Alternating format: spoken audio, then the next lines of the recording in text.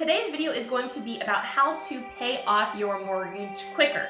It's going to be a couple of different tips and tricks on how to achieve being debt-free, or at least paying down your principal a significant amount over the years, so that way when you go to sell, you have a lot of equity in the house and a lot to contribute towards your next down payment.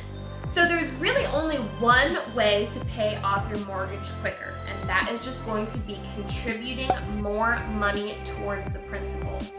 It's as simple as that, but there's a couple of different ways to go about it to make it not quite as painful on the wallet, and to get into a routine of just making the extra payments in a way that is beneficial towards your loan. So the first trick is going to be to make bi-weekly payments. So that means you make a payment every 2 weeks instead of once a month. So when you do this, you end up paying an extra month throughout the year. So for example, if you're just paying once a month like most people normally do, you end up making 12 payments, one for every single month. But when you do the payments bi-weekly, making the payments every 2 weeks, it ends up being 26 payments. If you do the math on that, that's really 13 full payments. So you end up getting in an extra month, an extra payment when you're doing it this way instead of just paying it once a month. Now, if your mortgage company doesn't really have a bi-weekly payment setup plan, I don't necessarily recommend going to a third party who's going to get you on a plan for this, because a lot of times they do charge a setup fee and they will charge you a monthly fee, or one or the other, sometimes both. It just kind of doesn't really make the savings worth it when you're spending all of this extra money to have a third party do it for you. So I just recommend doing it on your own. Either just set the money aside in a bank account and then just pay it at the end of the year, or figure out a method that works for you in terms of setting the money aside every 2 weeks. So another similar method is kind of something I just touched on at the very end of the last one, is going to be just making it so that you can pay an extra payment every single year. When you make an extra payment every single year, depending on your interest rate, it can save you anywhere from 5 to 8 years on the life of the loan, which can turn out to be a ton of interest saved. Anywhere around $30,000 of interest saved over the life of the loan just from making one extra payment. The other simple trick is going to be to just divide your monthly mortgage payment by 12 and then add that amount to your current payment. So if your current payment is $1,200 a month, then divide that by 12 and tack that onto your current payment. So if you end up paying $1,300 a month, by the end of the year, you will have accumulated paying a full extra payment. So that's a good trick. That's very similar to doing the bi-weekly payment, but it might be a little bit easier without having to do it every 2 weeks. You get to focus on just doing the payment once a month, and then you just tack on a little bit extra. Another great option is, instead of opting for the 30-year fixed rate loan, is to go for the 15-year fixed rate loan. And there's kind of two different ways you can do this. So the benefit of having the 15-year loan a lot of times is going to be that it does give you a lower interest rate. So that ends up saving you money on your payment and over the life of the loan. Whereas the 30-year fixed rate loan generally has a little bit higher of a rate. So you get to obviously extend the payments out for a lot longer, which lowers your overall monthly payment, but you end up paying a lot more in interest since you're carrying the loan for a lot longer. So a good trick, if you don't want to lock yourself into a 15-year loan, and if the interest rates are close enough where you get a decent rate on a 30-year loan that you're happy with and comfortable with, is to just treat your 30-year loan like it's a 15-year loan. So this is going to mean that your payments are going to be higher, but they're not going to be double. That's a common misconception, is that since you're cutting your loan term in half, that your payment is going to increase by double, and that is not the case. So here's an example. With a $200,000 house, putting 20% down, with a 30-year fixed loan and a 3.5% interest rate, your payment is roughly $1,000. It comes out to about $1,010 once you include taxes and insurance and all of that. With a 15-year loan, same amount of house, same amount of down payment, and an interest rate of 3.1% versus a 3.5%, your payment is about $1,400. Everything else kept exactly the same. So you can see that your payment bumps about $400, by cutting your loan term in half and also decreasing your interest.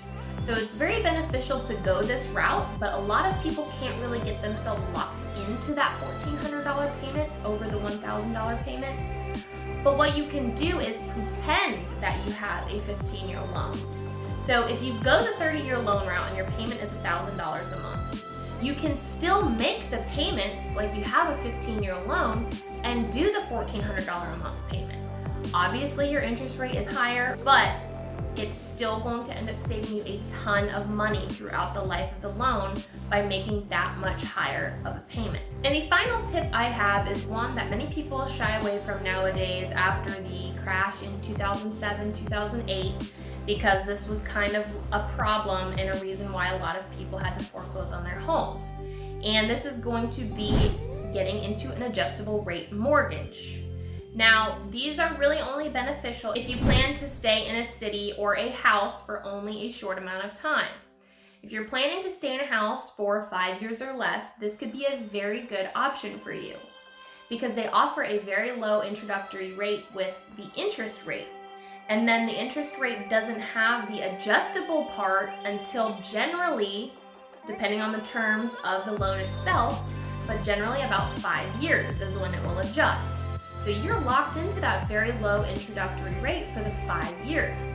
If you're only planning on staying in the house for 3 years, it really helps free up some money to be able to pay down the principal a lot quicker and build you a lot of equity for when you do go to sell the house. If you plan to live in the house for longer than 5 years, the adjustable rate mortgage could still be a good option, but it does introduce a little bit of risk into your life because say the rates do increase and they bump from 2.75% up to 3.5%. Well, now your monthly payment is going to be higher than it was before. So adjustable rate mortgages aren't a bad thing. They're really good for the short term and they're not necessarily bad for the long term. They're just unpredictable. So that's the only problem that people really have with those type loans. So those are going to be all of the tips and tricks that I have, other than just throwing extra money that you save towards the principal. I didn't want to throw in those kinds of comments like don't eat out at lunch, save that money, put it towards principal, because at the end of the day you can decide to do what you want to do with your saved money. But these are some really good tips and tricks in terms of getting into a routine of easily contributing extra money or adjusting your loan terms to kind of have some of the things that are going to create a better, more beneficial payment for you. Now, on the flip side, I do want to cover the fact that there may be a better option for you than paying off your mortgage. And I just wanted to talk about that super briefly and say that, you know, if your interest rate is low enough, you may be better off investing that money that you're going to put towards the principal in something different that yields higher than what your interest charges. That way your money is going to be making you more than what your mortgage is charging you. So just a super brief example is going to be, say your interest rate is 3%. And say you can find an investment that yields 7%. Instead of putting that money that you're going to put towards the principal and charge you 3%, you put it in the investment that's going to earn you 7%. And that way, at the end of the day, even though you're paying the 3% on the mortgage, you're still earning 4% higher than you would have if you had put that money towards the mortgage. So that's just a super brief, super vague example, but I wanted to throw that out there just because sometimes putting money towards certain debt isn't always the best answer if you've got a super, super low interest rate. All right, you guys, that is all I have for you in this video, and I hope you learned something today. And if you've got any other questions or comments, please leave it below, and feel free to leave me a comment about your journey to being debt-free because I would love to hear about it. All right, you guys, I will catch you in the next one. Talk to you later.